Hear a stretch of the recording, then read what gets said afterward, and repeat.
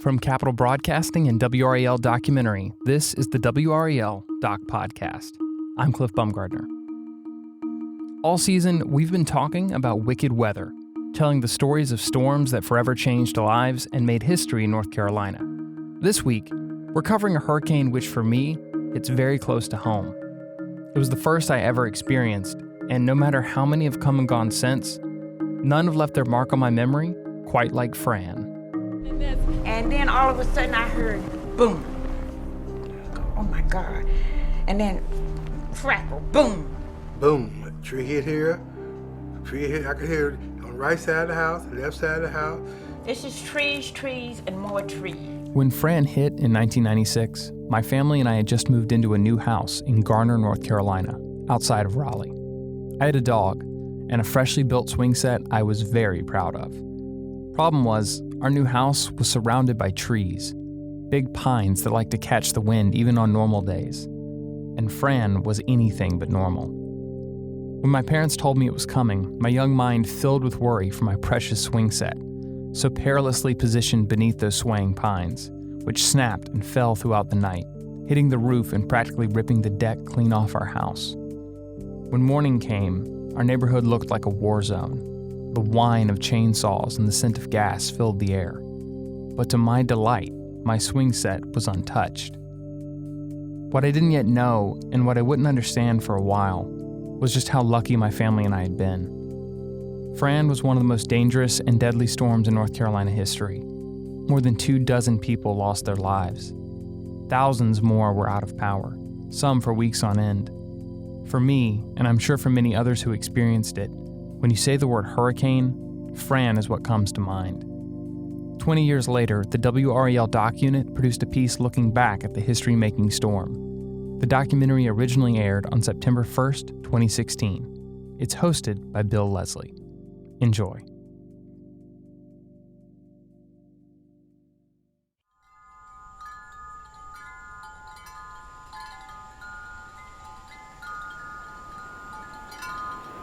The red flags are rippling on the coast as Hurricane Fran picks up speed and takes aim at North Carolina.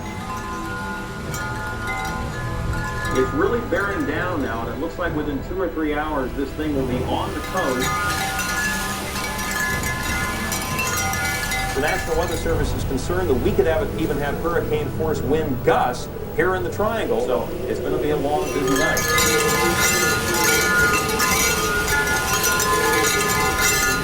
And Greg, you have some new information just in? Yeah, we've already had some flood warnings. We just lost power here.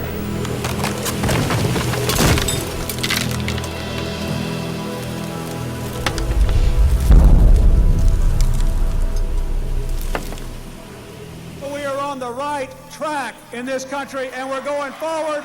We're not turning back. August 23rd, 1996. President Bill Clinton is running for re-election.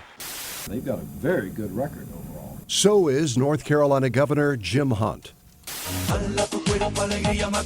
People were dancing to the Macarena. And 10 Cup was a box office hit.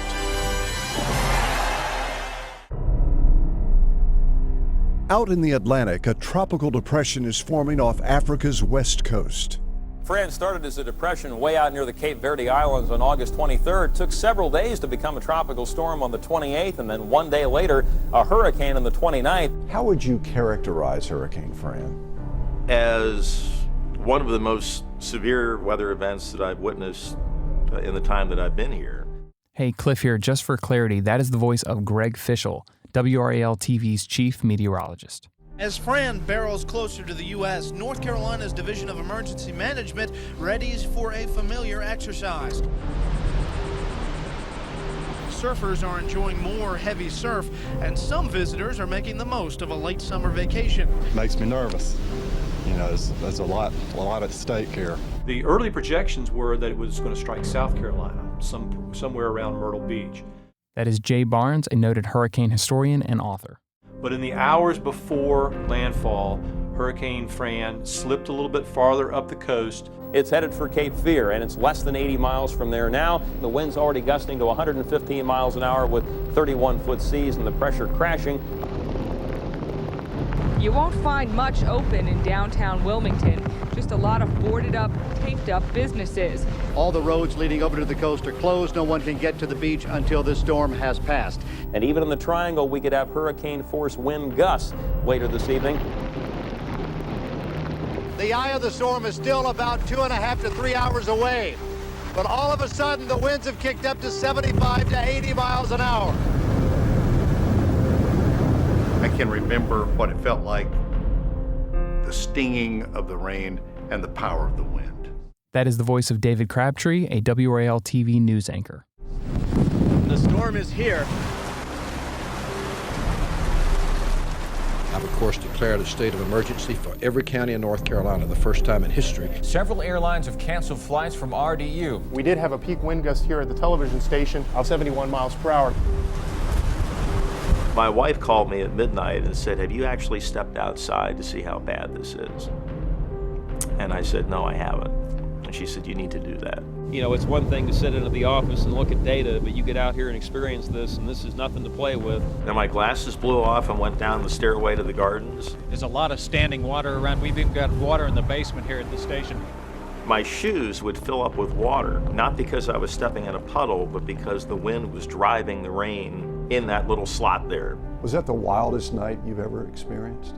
It certainly ranks up there. Also have a report of a fatality of an emergency worker in northern Durham County when a tree fell on an emergency vehicle. And the center of the storm looks like to be right at the Johnston-Wake County line. And of course we're having That would be a pretty strong wind gust right there. Man. hard to hang on in this. And then all of a sudden I heard boom. Oh my God. And then crackle, boom. Boom. Tree hit here. Tree hit. I could hear it on the right side of the house, the left side of the house. It's just trees, trees, and more trees. These are the voices of Dwight and Jackie Stroud. They are Raleigh residents from the time of the storm. It was frightening for us. It was. Very frightening. I kept hearing boom, you know, trees popping. Then I would hear something pop. And then I would hear boom. I never did sleep because I heard too much popping and boom and popping and boom. Trees blocked roads at nearly every turn near the NC State campus, and getting behind the wheel meant literally taking your life into your own hands. Whoa! Man, look at that. The ground has been so saturated with all the rain that we've had the past few days that these wind gusts that we're now getting and all this additional rain is just toppling these trees over and causing a lot of damage. I just remember how difficult it was to travel around. The roads were flooded, bridges were washed out, trees down everywhere. Trees were every turn that we tried to make. This is the voice of Debra Morgan, WRAL TV news anchor. The trees also knocked down power lines, and all that debris made driving treacherous. I lost 14 trees in my own yard. In fact, 2 fell on my house here. There were so many down in our neighborhood, I couldn't drive out and get into the station to do the morning news. So I walked a quarter mile and met photographer Jennings, who gave me a ride in. And we've had 9 fatalities in North Carolina because of this storm, and most of those are directly related to traffic problems, dealing with falling trees. Even though the forecast track had projected that it was going to be turning more inland, I think a lot of people didn't quite put 2 and 2 together to understand that the triangle area was going to get hit as hard as it did. It's been a rough night, let me tell you. Worst I've seen. Greg, were you surprised by the impact of Fran? Oh yeah, I mean, I did not expect the landscape to look anything like it did the next morning. So when daylight finally did come, oh boy, I opened the front door.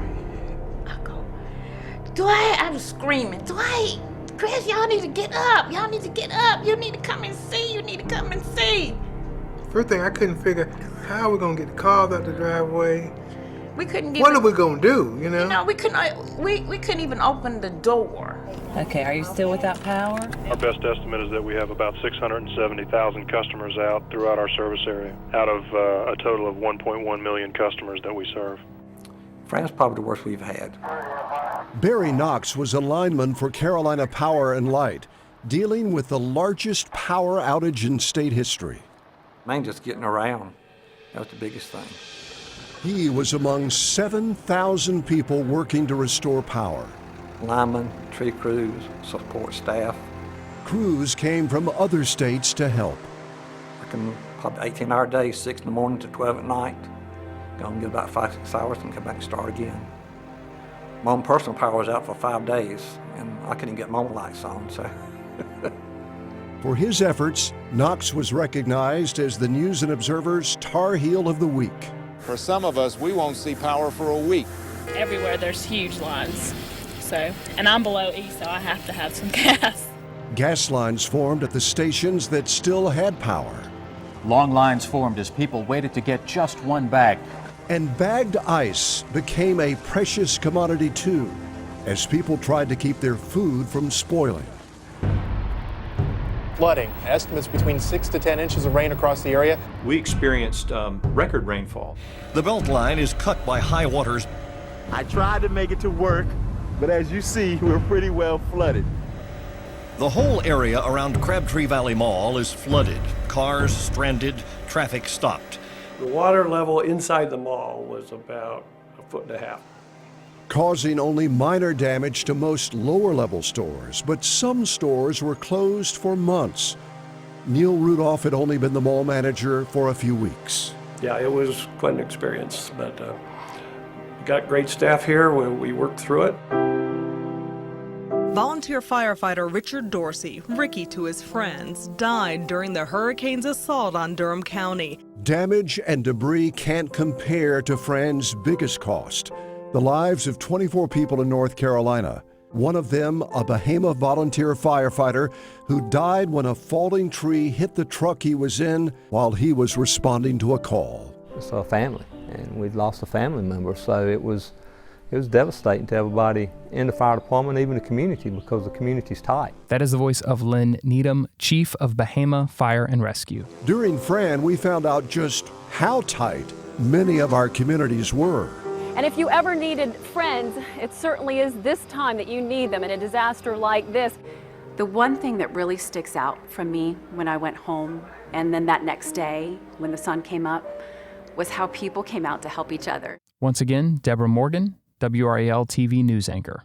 Thank you. From delivering sandwiches to weary workers to neighbor helping neighbor right after the storm moved through. These folks have just cleared our house. Sorry. It's Sunday, and this is the way members of Raleigh's Forest Hills Baptist Church are spending their morning worship. Wilson Laney was one of those church volunteers. People were blocked in their homes. They couldn't get out of their driveways. They couldn't get out of their street. We pretty immediately got organized and started the chainsaws up and started sawing people out. Everybody in the neighborhood pulled together without exception. I mean, it was probably the most unifying event that has occurred since we've lived here. A lot of us just go about our independent lives and don't touch base with our neighbors, and there's no real feeling of community there. And one more time, just in case you forgot, that is the voice of Greg Fishel, WRAL TV Chief Meteorologist. And if anything good came out of Fran, I think there were an awful lot of neighborhoods that became a lot closer. Also heard reports earlier that topsoil took a horrible, horrible hit. The marina at Carolina Beach. Just look at what Fran has done. Fran's worst coastal damage was north of Cape Fear. At Curie Beach, evidence of a strong storm surge and high winds. The Intracoastal Waterway was littered with boats right there at the drawbridge at Wrightsville Beach. And again, David Crabtree, WRAL TV news anchor. We've got a 28-foot Grady White that is about 150 feet up on land now in a neighbor's yard. Everywhere we drove, we just saw either roofs ripped off, boats flung around. In that room right there, 248, when the roof came off. What was it like? It was wild. But as much damage as Fran did to Wrightsville, Carolina, and Curie beaches, it hit Topsail Island the hardest. Topsail is lower and was hit by the strongest part of the storm. Hurricane Bertha had hit Topsail about a month and a half before Fran. Topsail Island may have received the brunt of Bertha's fury. In a lot of cases, homes that were damaged in Bertha, they hadn't even had a chance to finish the repairs when Fran came through. And so topsail really took it hard. And one more time, Jay Barnes, hurricane historian. Cottages and condos, businesses and bars, blasted from their stilted foundations and into oblivion. To see an area that had been totally submerged, I'd just never seen that before. It was hard to believe that entire island, 27 miles, for 3 hours, was totally submerged. This used to be all oceanfront homes here, and this is the second road. So they're gone? They're gone. The most remarkable thing to me was the fact that there really was no evidence of some of these homes, just completely gone. Fran had just taken them out to sea. That is the voice of WRAL TV news reporter Amanda Lamb. This is what a hurricane can do. Fran flattened homes like this one in North Topsail Beach. The power of a storm like that to completely obliterate homes, businesses, turn people's lives upside down. It was nothing like I'd ever seen before. The mainsail restaurant is totally demolished. How was everything for you all tonight? Excellent. Excellent. Stephen Pasquantonio's dad owned the mainsail. It offered ocean view dining. Totally beach casual, flip-flops are fine. Bertha hit it first. And we probably spent about 6 weeks digging sand. Fran approached the mainsail just 2 weeks after it reopened. We kind of looked at each other and were like, oh, here we go again. We thought it would be just another storm and we'll dig back out of it again, but we were wrong. You're just kind of a little bit in shock. You just kind of looked and like, where did it go? Like, how did this whole thing just disappear off the beach in less than 24 hours? It became pretty apparent early on that all was lost. It was done. There was going to be no rebuilding. The storm showed no mercy as it ripped the steeple off the First Baptist Church, a 126-year-old historic Wilmington landmark. Mike Queen, who's been the pastor of this church for about the past 10 years, is joining us now. And you said you all came by during the storm because you heard about the damage. And that was when I did the dumbest thing I've ever done in my life. 3 of my buddies piled in my car and we drove down here. We got here just as the eye was passing over Wilmington. In the wind, the steeple began to torque back and forth, and it finally just wrenched itself loose and came crashing down.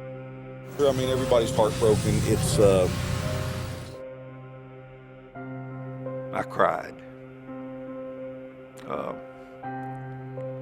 I love this room and everything about this church, but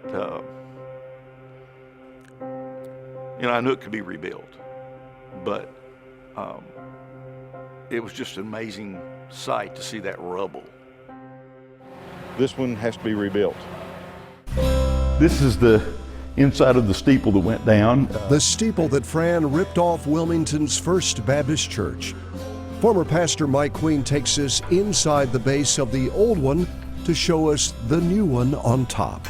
The break point was just above where we are right now. Insurance paid for the new steeple, and it's built to hold up to storms like Fran. The same kind of superstructure, but built out of steel rather than the wood. The architects and engineers told me if this steeple comes down, we've got bigger problems than a hurricane. How about you guys? What do you like about coming down the topsail? After Fran destroyed his mainsail restaurant, Stephen Pasquantonio's dad bought a new restaurant in Surf City. It's further south and further inland. It wasn't up on the beach, so he felt like he'd give it another shot in the middle. A second mainsail and a second shot at his dream. But his father died of cancer soon after opening the new restaurant. Stephen and his brother moved back to the island to take it over. I just knew how much it meant to him to carry this on. In Bahama, a new fire station is dedicated to Ricky Dorsey, and a memorial still stands at the accident scene. Yeah, his presence is still here. And there's a new policy here too. we've held units back during storms when we have severe storms come through until the threat has passed, and then we go out. And again, that is the voice of Lynn Needham, the chief of Bahama Fire and Rescue. Except when someone's life is in danger. Crabtree Valley Mall has new floodgates to protect lower-level doorways. We can have the floodgates up in an hour and a half. That is the voice of Neil Rudolph. He's the executive vice president for Plaza Associates. Drainage has been improved around the mall and Crabtree Creek. This is from the National Weather Service. And the mall can monitor the creek's water level online to see if it's getting too high. Then we're locked down pretty tight. We just hang on and until it's over. Trees on top of trees. The Strouds pay closer attention to weather forecasts. I do. I honestly do, because I just don't want to be caught up in that same scenario. And is just about to turn into a tropical storm. And the forecasts are better. West, and it could become Tropical Storm Earl within the next 48 hours. And there's no question that track forecasting has improved steadily. But there's always going to be uncertainty. So is it like up over the airport now? Greg Fishel says Fran taught him lessons. He says he would have alerted people more to the risk of toppling trees from the soaked soil and asked them to pay more attention to the broader fan of Fran's impact rather than just the center's track. Still going down. We're human. There are things we know, things we don't know, things we have to learn, and sometimes through hard experiences. And that's, I think, what went on that night. In the event that they had a severe impact in our state. The State Division of Emergency Management Director says he learned a lot from Fran, too. Are we much better prepared for another Fran? I think that we are. And that is the voice of Mike Sprayberry, the director of North Carolina Emergency Management. Sprayberry responded to Fran as a National Guard member. He says deploying manpower wasn't an issue. You would get 100 soldiers, but what skill sets would they have? Now, soldiers are sorted by skill into special teams for specific tasks. Sprayberry says communication and coordination with and between local agencies is better too. And he says the National Guard doesn't need to get ready for an emergency. It's always ready. Now there is a 24-hour, 7-day-a-week, 365-day-a-year National Guard Joint Operations Center. It's right here in this building. Experts say our hurricanes of the 90s, birth of Fran, Dennis, and Floyd, gave our state the experience we needed to become one of the best prepared states in the nation for a big hurricane. Not if the next one comes, but when it does. It appears that we have severe overwash at Topsail Island at this time. Have you ever seen anything like this? Not this bad. We were both in bed, and all of a sudden the ceiling caved in and insulation comes into our face. Lake Wheeler overflows, sending torrents of muddy water rushing over Highway 401. I've been here for some 35 years, and I never thought I would see anything this devastating.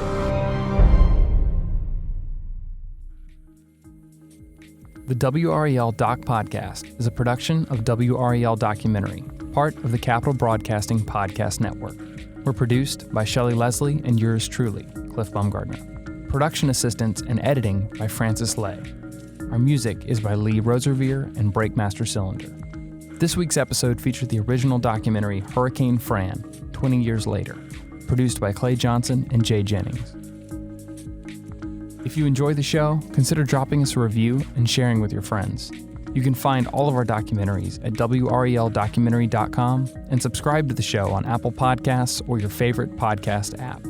Until next time, thanks for listening.